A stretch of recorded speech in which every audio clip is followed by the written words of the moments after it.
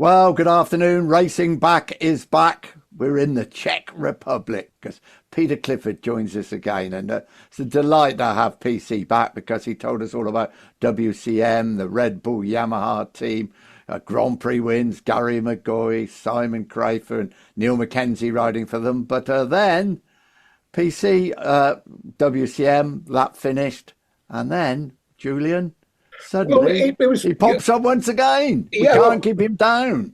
Peter's first episode was really fascinating on the, actually running a privateer MotoGP team, the inside view. We meant to talk about Red Bull rookies when we started that programme. I don't think we mentioned the phrase once in 40 minutes. So this is an attempt to do what we said we were going to do. And my first thought was, you told us how the Red Bull money left your team because 4 strokes, big money. Can you beat Valentino? Probably not. That's it. And then a year or two later, you pop up managing quite a lot of Red Bull money. How did that happen? Well, I mean, the Red Bull MotoGP Rookies Cup came just out of a need, in a set of circumstances, really. There's no one person can claim to have invented the Rookies Cup, certainly not myself. But, KTM were, developing their Grand Prix side and needed riders. Dorna realised that you can't have a World Championship just full of Spaniards and a sprinkling of Italians. That doesn't work. That doesn't get a world TV audience happy. And Red Bull wanted to be involved sort of as far with the grassroots as possible. Also, like KTM, looking for future stars. And so the Red Bull MotoGP Rookies Cup was created. But of course, it's not the first such things. You have to. Those of us who are old enough can remember Coupe Kawasaki in France, then Yamaha Cup in France, Yamaha Cup in Britain, with the likes of Neil Mackenzie and co riding. Indeed. And there was a Kawasaki Cup in Britain too, and Yamaha Cup in Germany. So, we didn't invent it at all, but this is probably its sort of biggest and best version, I would say. Now, after we're in our 20th season now. Good Lord. And of course our first winner, Johan Zarco, who was our cup winner in 2007, is still in MotoGP, and as of last year at least was still winning GPs. So and he took double world champion in Moto2. Two Moto2 world titles along the way. That's right. Before we get on to the winners and their achievements, Peter, it's the selection process. Has it always been the same? Yeah, it's all. The idea was, perhaps a little bit, innocently, the idea was all you need to be a Grand Prix star is, a sort of fuel in the veins and a desire, and therefore sort of apply online on our website and come along to a selection event, and hopefully you can become a star.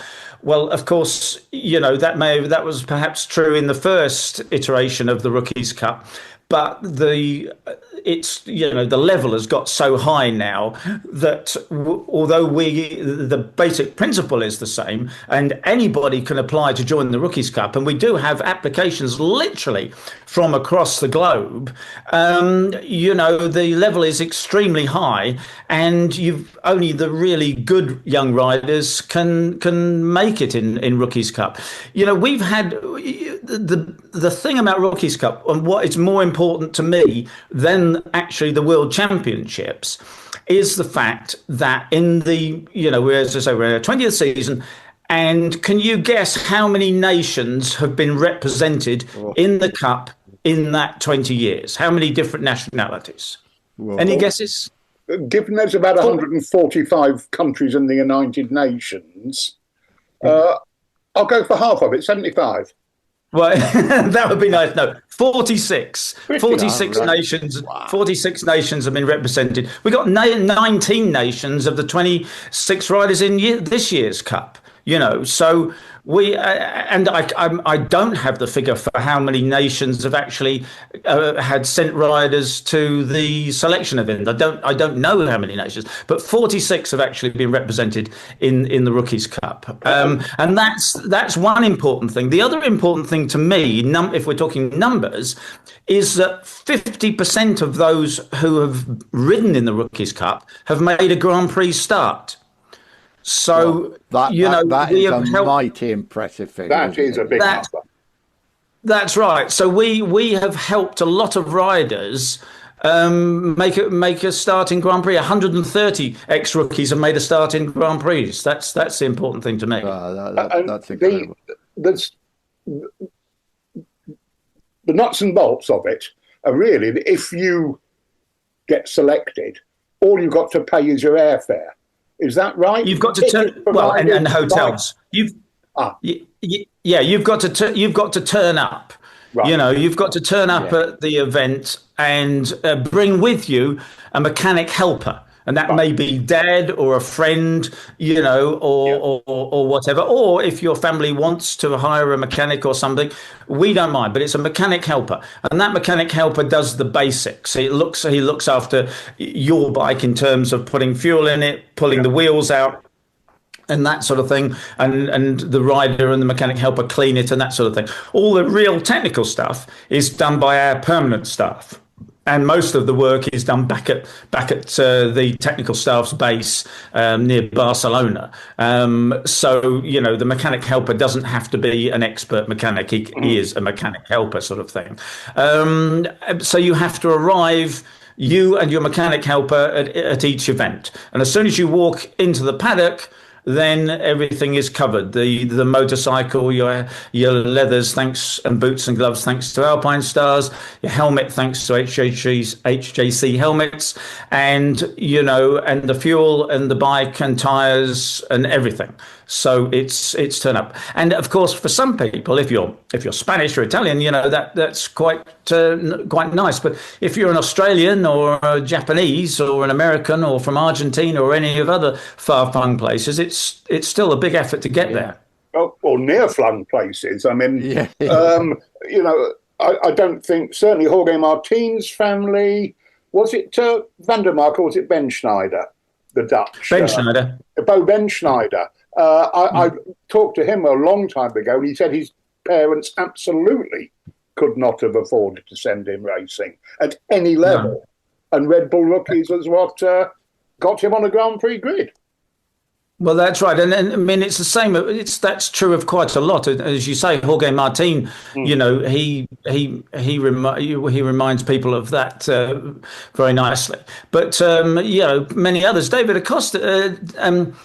Acosta, didn't have a choice that year. Pedro Acosta wasn't doing anything else, really. Nothing successful anyway when he came into Rookies Cup. And when he started to show how good he was in Rookies Cup, then people in Spain took notice of him. But, not until he really showed what he was doing in Rookies Cup. And Marco Morelli, who has now got a great ride in Moto3 and is running at the front, he had on his helmet no plan B. He hadn't raced. He hadn't raced for over a year when he joined the Rookies Cup. He was sitting at home because he had no money for over a year. And that was kind of why it took him 3 years to really get into the groove in the Rookies Cup. Was because he wasn't doing anything else. And 3 years is the maximum time you will keep a rider in the Cup. Is that still the case? Yeah, it is, because we believe in progress. We're looking to see the riders progress, and that counts even from the first year, during the first year.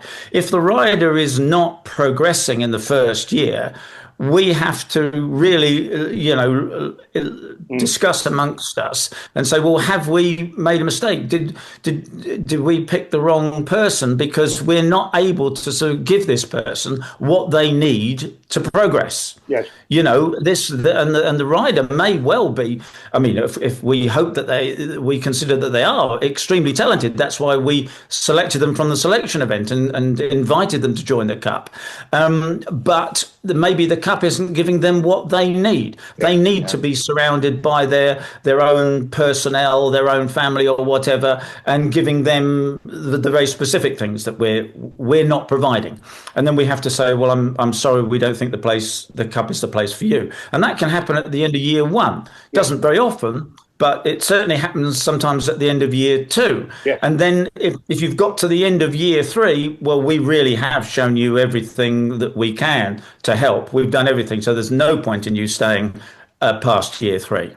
And out into the big wide world. Wide world. I mean, most often, you know, that happens naturally, that, you know, some riders are even snatched at the end of year one. You know, Ennio Bastianini was one who was snatched at the end of his first year, if I remember rightly. You know, and a lot are snatched at the end of their second year or at the end of their third. You know, yes. So, you know, so it's a sort of mostly it's a natural progression. Yeah. Yeah, we speak to a lot of ex-riders, obviously, on Racing Back, and they all say to get into Grand Prix racing now, it's the expense that's mentioned is frightening. It appears to me, talking to you now, this is the only path in for a lot of people.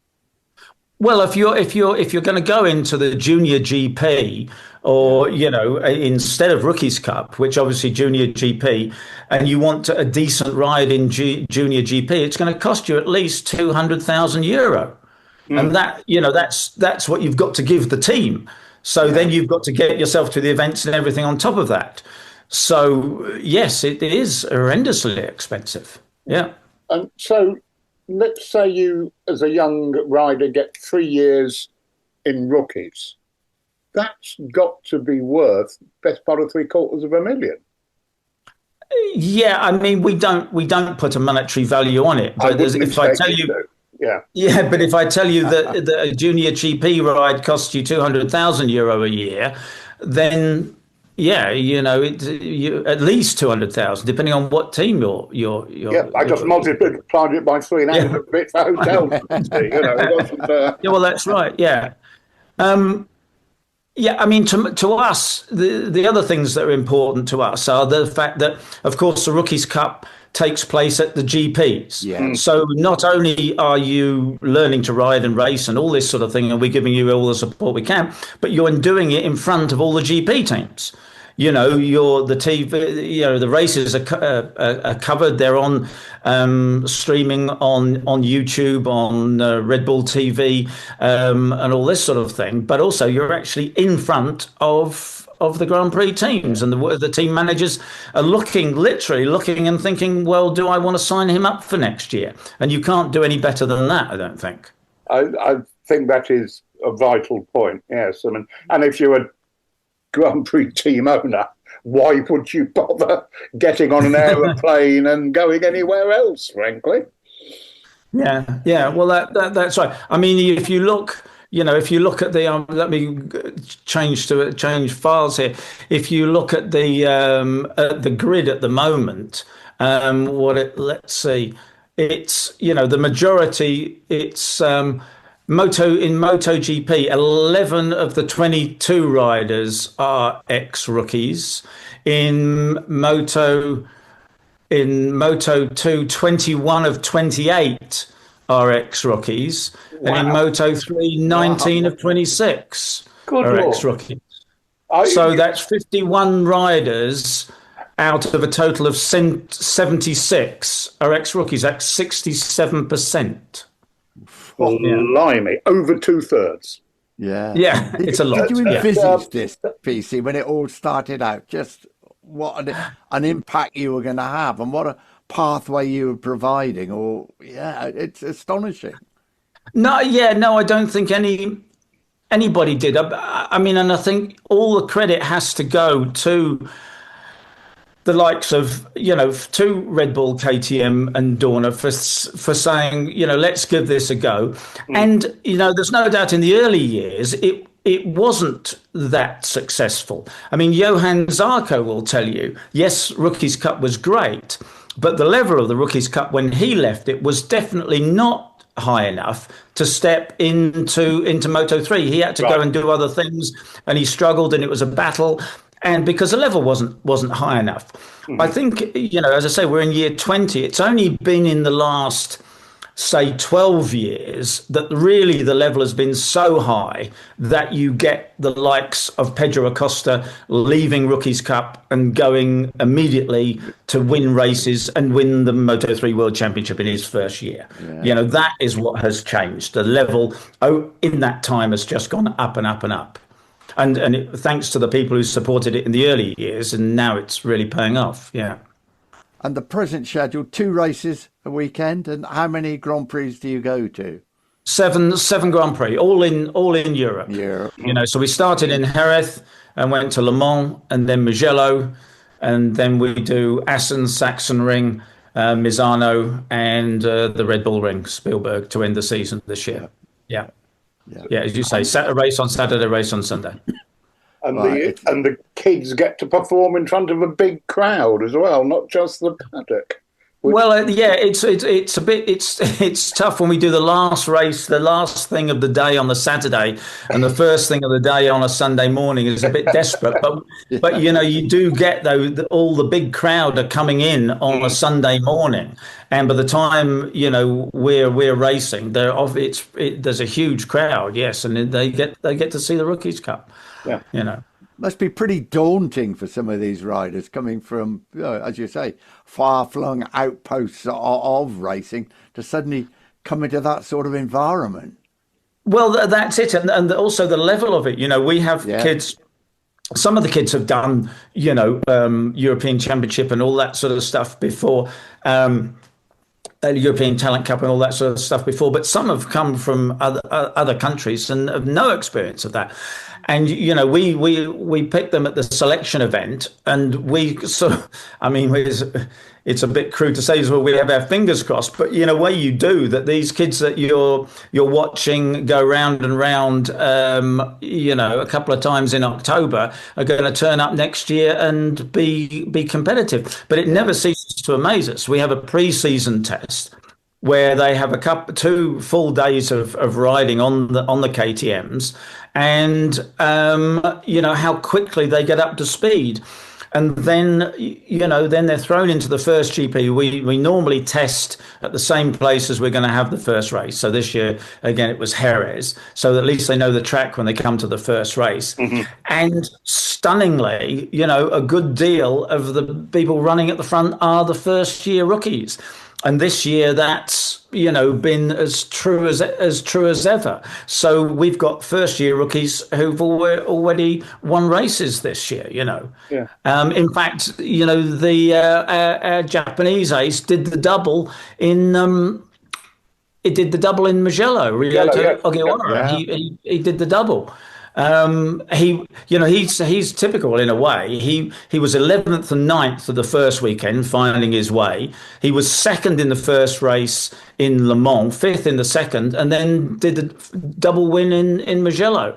And that's not an easy circuit. I was about to say, funny, the first sort of, when I joined the paddock in 2000, the graduates of the Telefonica Movie Star were just arriving. Yeah. And I remember interviewing Danny Pedrosa, and I'm sure he told me, if my memory is correct, before he went to the test or before he went to the selection event, he'd never changed gear on a motorbike. He did twist and go, Yeah, that's right. Yeah. Well, we have kids, who come off pocket bikes and that sort of thing. But, most of them now, as I say, the level has got so high that most have experience. And you say you mentioned the movie star thing. As I say, Rookies Cup didn't invent that. There was the movie star thing, and that produced Danny Pedrosa and others. And Tony Elias. Yeah. But that was obviously a purely Spanish promotion, because laugh now, Alberto Puch and various people were worried there were no Spanish riders looking like they were going to get up the sharp end. Well, that's right. Yeah, I mean, you mentioned something there that I think is very, very, very interesting now. If you think back of the history of road racing, the Spanish connection. The Spanish connection was Angel Nieto. He started it. The fact that he knew the king knew him, and then there were the others who came along around that. The racing in Spain was created in the 50s, 80s, 125s. And where are we now? It's all forgotten, isn't it? What on earth is going on? I know. Was Alex Crivier, that first 500 win was Assen 92, wasn't it? That was the first 500 Premier Class win for a Spanish rider. Alex, just very wouldn't believe recent, it now, would you? But no, that's right. Yeah, we've all been to Jarama in the not too distant past. I know we're getting old. It's not that long ago. And they were, 100,000 people hanging from the wire netting, raising absolute hell to support Aspar in the 80s and the 125s. Right. Yeah. Maybe hanging about to watch ponds in the 250s and then going home as the 500s came out. Well, yeah, exactly right. Exactly. And as you say, then, you mentioned the cost of starting Grand Prix racing. I mean, what about the cost of GP racing? I mean, when it was, 50s, 80s, 125s, 250, 350, blah, blah, blah, blah, blah. We know that's ancient history now, but we've somehow drifted a long way in a very different direction. Yeah. And, and you look at the current the MotoGP class and the weight and power of those motorcycles, it really isn't surprising that we have these terribly frightening high energy accidents now. Yeah. The weight and power of a 500 was nothing like that.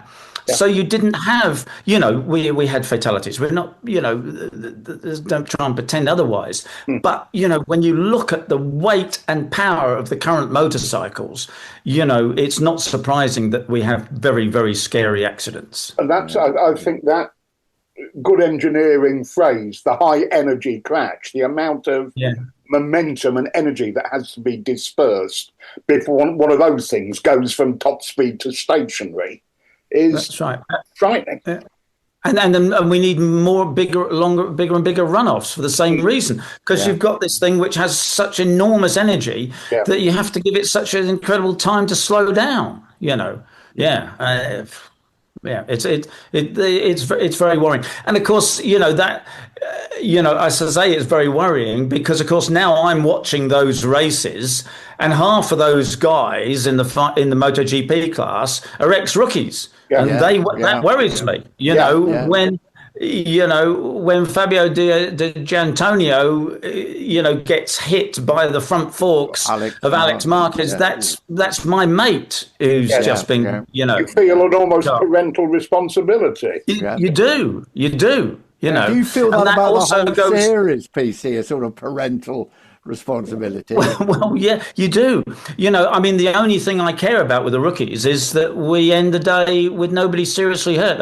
I don't care who wins. 26 kids. I don't care who wins at all, as long as we end without serious injury. That's the only thing that interests me.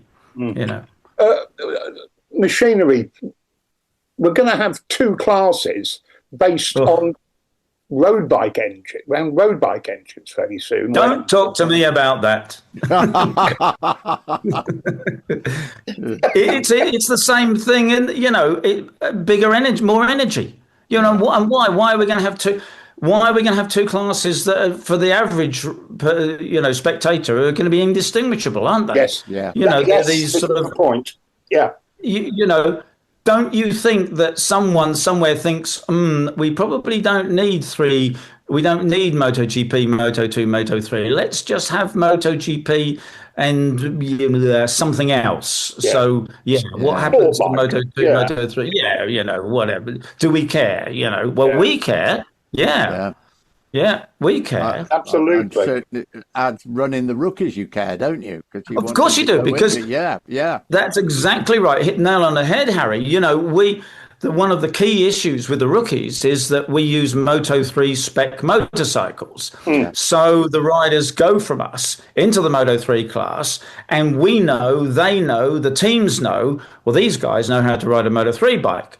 And there's a period of adjustment, but not much of one. Well, that's going to disappear, isn't it? Because I don't, will we have these new Moto 2E things? I don't really think that's such a great idea. I don't know. That's a worry. Yeah. And given the age of the riders we're talking about, it's an even bigger worry.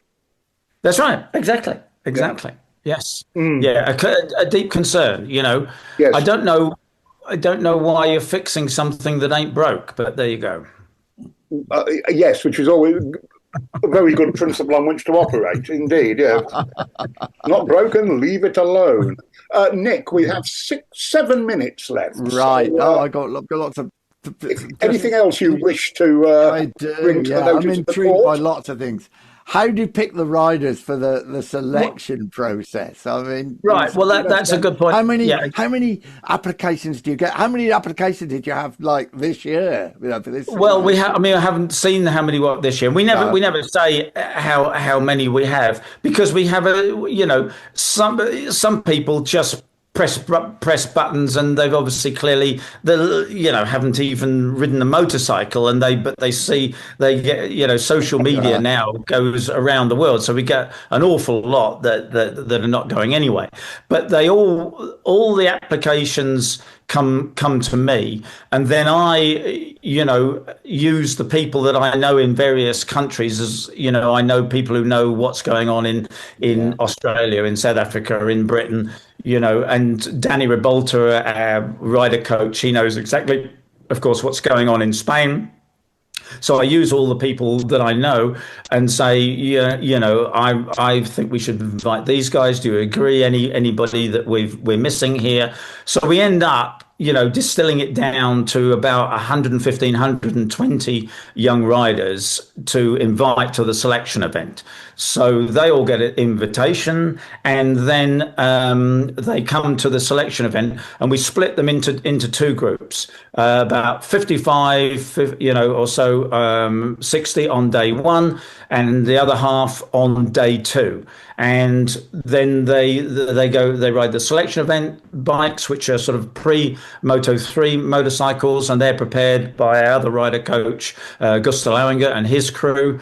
And they go out in groups of like 7, and they go out and have 15 minutes around the racetrack. And it doesn't sound much like 15 minutes, but in our experience, we found that works really well. We can see what we need to see in 15 minutes. If you let the riders go for 20 minutes, frankly, they start to fall off. It's much better to stop them after 15 minutes. So each they're split into those groups. It's 7 at a time. So we run through the 50 in the morning, and then they get another go in the afternoon. And then on the second day, we do the same thing. So at the end of 2 days, everybody's had their 2 sessions, and then we invite about half, so again about 50, 55, to come back to a third day. And then we go through it again, and those riders have their 2 sessions, session in the morning, session in the afternoon. And at the end of the third day, the selection committee, and that's myself, Gustav Lauinger, Danny Ribolta, and Harold Bartol, also an ex-GP rider.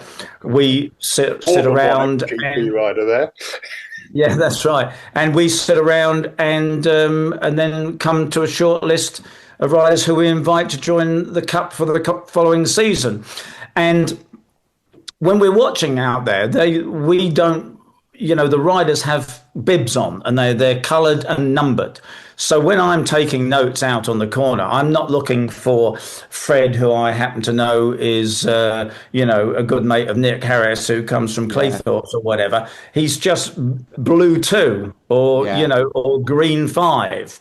And he's doing this and he's not doing that and he's doing the other. And that's the same for all four of our people out there watching. So then when we sit down in the evening of the first day, and I say, okay, group A, I've got blue 5, green 2. What have you got? And then all four of us chip in. Oh, I agree with him. Didn't see him. No, blah blah blah. And we come up with these guys. So we have a short list, which is blue 2, and it's all just numbers. It's not names. Not names. Yeah. And then at the end, once we've been through all that and we've been through all the groups and we've got a short list, then we do look at the lap times, because have we missed somebody who's fast, this guy's got a really good lap time. And then, maybe Gustav said, but he's riding completely over his head. He's about to fall off every time he comes through the corner. He has no idea what he's doing. He's just completely desperate. Or whatever. Or this, or this guy's a bit is not really high up on the lap. Yes, but I think he's progressed and I'd really like to see what he or she can do on the second day.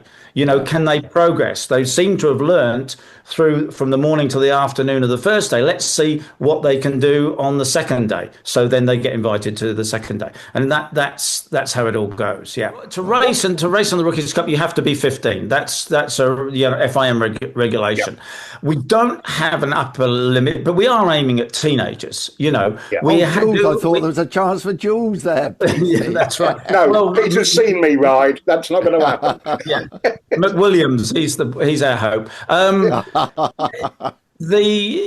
But there isn't an upper, and there are places where riders don't start as young, and we've had people in the cup who are older, but it's very much aimed at Kiatsak Singapong, our Thai rider, is in his second year and is now 20.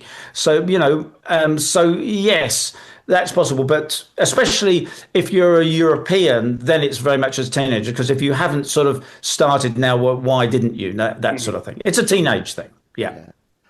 PC. We could talk for hours, but I think I speak for everybody by just saying thank goodness for the Red Bull Rookies, because you are providing that path into Grand Prix racing, which is so important. And I think everybody should say thank you very much.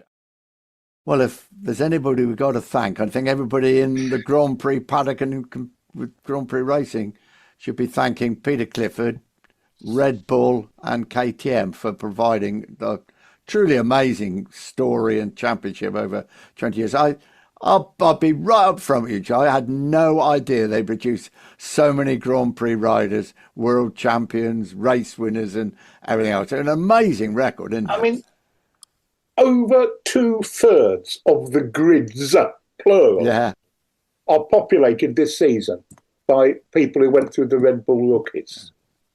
And that's not including, there's going to be people over in Super Sport and... Oh, my God, and everywhere else. Everywhere else. Yeah. It's... and, without it, from what PC was saying, 200,000 to compete in the junior GP championship.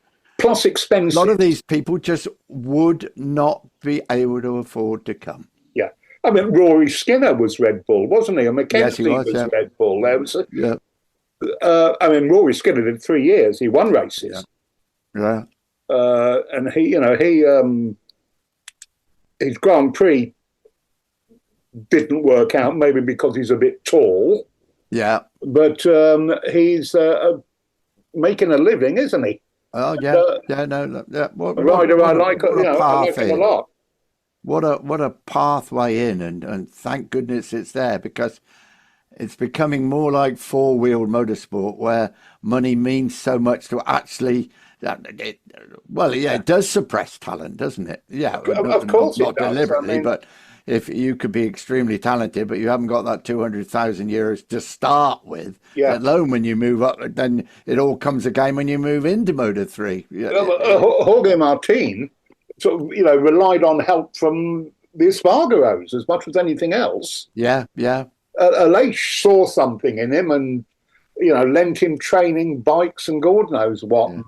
I think he kept on the floor and all sorts. He was helped out there as well because there was no way the Martin family could have afforded to send him. No. And also, he wasn't a Barcelona boy. No, he wasn't. Yeah. He's a Madrid boy, so that's not quite in the holy circle.